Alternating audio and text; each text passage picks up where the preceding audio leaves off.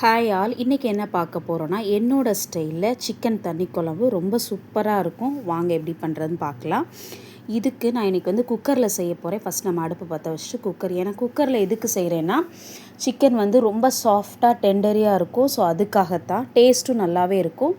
நான் ஃபஸ்ட்டு சட்டி காஞ்ச உடனே நல்லெண்ணெய் ஊற்றுறேன். நல்லெண்ணெயில் செய்யுங்க, அப்போ தான் டேஸ்ட். நீங்கள் நார்மல் எண்ணெயும் யூஸ் பண்ணலாம், நல்லெண்ணெயில் யூஸ் பண்ணும்போது இன்னுமே டேஸ்ட் நல்லாயிருக்கும். கொஞ்சம் எண்ணெய் கொஞ்சம் அதிகமாகவே ஊற்றிக்கோங்க. ஸோ அப்போ தான் அந்த நாட்டுக்கோழியோட ஃபீல் வரும். ஸோ எனக்கு பிராய்லர் தான் நான் எடுத்திருக்கேன், இருந்தாலும் சொல்கிறேன். ஸோ இதுக்கு 2 பட்டை, 3 கிராம்பு, 3 ஏலக்காய், ஹோல் கரம் மசாலா எண்ணெய் காஞ்சோடனே அதை ஃபஸ்ட்டு போட்டு நல்லா பொரிஞ்ச உடனே அதுக்கடுத்து நம்ம என்ன பண்ணுறோன்னா கருவேப்பிலை போடும்போது நல்ல ஃப்ளேவர் கிடைக்கும். அடுத்து ஒரு 3 பெரிய வெங்காயத்தை நல்லா மிக்சியில் போட்டு நல்லா ஃபைனாக அரைச்சி வச்சுருக்கேன். ஸோ அந்த பேஸ்ட்டு இது எதுக்குன்னா, இப்படி அரைச்சி நம்ம பண்ணும்பொழுது கிரேவி நல்லா திக்காக இருக்கும், குழம்பு நமக்கு நிறையா கிடைக்கும். அதனால தான் இது ரொம்ப ஈஸியும் கூட. வதக்கி அரைக்கிறத காட்டிலும் இந்த ப்ராசஸ் ரொம்ப ஈஸி. ஸோ இதை போட்டு நல்லா வதக்கணும். ஸோ இதோட சிலர் டக்குன்னு செஞ்சுருவாங்க. அப்படி செய்யக்கூடாது. செஞ்சபோது பச்சை ஸ்மெல் அடிக்கும். இந்த மாதிரி நல்ல ஒரு ப்ரௌன் கலரில் வரணும். தீயவும் கூடாது, அட் த சேம் டைம் நல்ல ப்ரௌன் கலர்லேயே வரணும். ஸோ நல்லா இப்படி கைவிடாமல் நல்லா கிண்டிக்கிட்டே இருங்க. கிண்டிக்கிட்டே இருக்கும்போது நல்ல ஒரு டார்க் கலரில், இது உங்களுக்கு பார்த்தாலே தெரியும், நல்லா சேஞ்ச் ஆகிருக்கும். அடுத்து ஒரு தக்காளி, ஒரு 2 தக்காளி, பெரிய தக்காளி, சின்ன தக்காளினா ஒரு 3 போட்டுருங்க.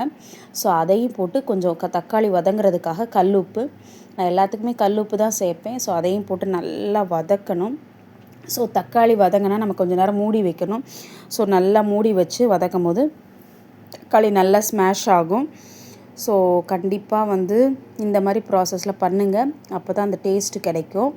ஸோ நல்லா வதங்கிருச்சு தக்காளி வதங்கி அப்படியே மசிச்சு விட்ருங்க. நல்லா பாருங்கள், நல்ல ஒரு கோல்டன் ப்ரௌன் கிடைக்கிது.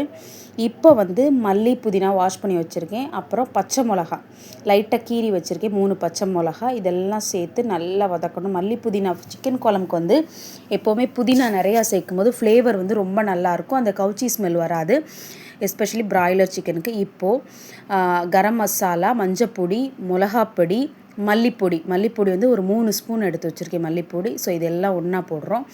மசாலாவை அந்த எண்ணெயிலே சிம்மில் வச்சுட்டு வதக்குங்க. நல்லா வதக்கணும். நல்லா அது பச்சை ஸ்மெல் போகிற வரைக்கும் நல்லா வதக்கிட்டு வீட்டில் அரைச்ச இஞ்சி பூண்டு விழுது, அது ஒரு 3 ஸ்பூன். இஞ்சி பூண்டு நான்வெஜ்ஜுக்கு நல்லாவே சேர்க்கணும், அதுக்கு ரொம்ப சேர்த்துடக்கூடாது. ஸோ நல்லா இஞ்சி பூண்டு போட்டுட்டு சிக்கன் 1 கேஜி சிக்கன் வாங்கியிருக்கேன். ஸோ ஸ்கின்னோட தான் வாங்கினேன், அப்போ தான் டேஸ்ட். எப்போவுமே குழம்புக்கு ஸ்கின்னோட வாங்கணும். அதே மாதிரி பிரியாணிக்கு சிக்கன் ஸ்கின்னோடு இருக்கணும், அப்போ தான் அந்த ஃபேட் நல்ல டேஸ்ட்டு கொடுக்கும். ஸோ கல் உப்பு போட்டு நல்லா வதக்கணும், அப்போ தான் சிக்கனில் மசாலா, உப்பு, காரம் எல்லாமே பிடிக்கும்.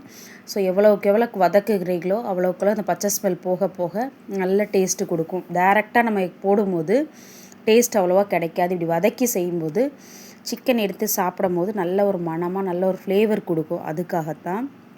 ஸோ நல்லா வதக்குறீங்க. ஸோ நான் பர்சனலாக இந்த குழம்பை எதுக்குன்னா ஒயிட் ரைஸு, இட்லிக்கு பர்சனலாக சஜஸ்ட் பண்ணுவேன். அதுக்கடுத்து ஒரு மசாலா அரைக்கிறதுக்கு தேங்காய், சோம்பு, கசகசா. தேங்காய், சோம்பு 1/2 ஸ்பூன், கசகசா 1/2 ஸ்பூன், தேங்காய் ஒரு 5-6 10 அது மாதிரி எடுத்து நல்லா ஃபைனாக அரைச்சி அதையும் சேர்த்துக்கோங்க. சேர்த்துட்டு நல்லா வதக்கணும்.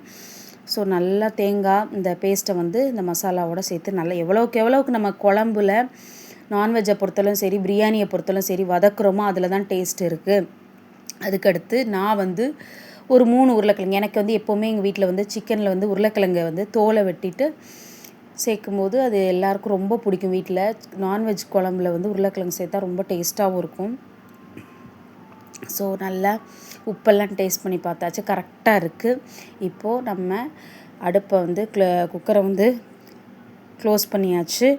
க்ளோஸ் பண்ணிவிட்டு ஒரு 2 விசில், ஏன்னா சிக்கன் இந்த குக்கரை பொறுத்தல சில குக்கர் ஒரு விசில் நல்லா வெந்துடும். இந்த குக்கர் 2 விசில் ஆன உடனே நல்லா வெந்தாச்சு. இப்போ ப்ரெஷர் அடங்கியதும் நம்ம சிக்கன் எடுத்து பார்க்குறோம். பார்த்தீங்களாரே உங்களுக்கு தெரியும், நல்ல எண்ணெய் பிரிஞ்சு அந்த கரெக்டான பக்குவம், அந்த தண்ணி குழம்போட பக்குவம் எல்லாமே நல்லா வெந்திருக்கு.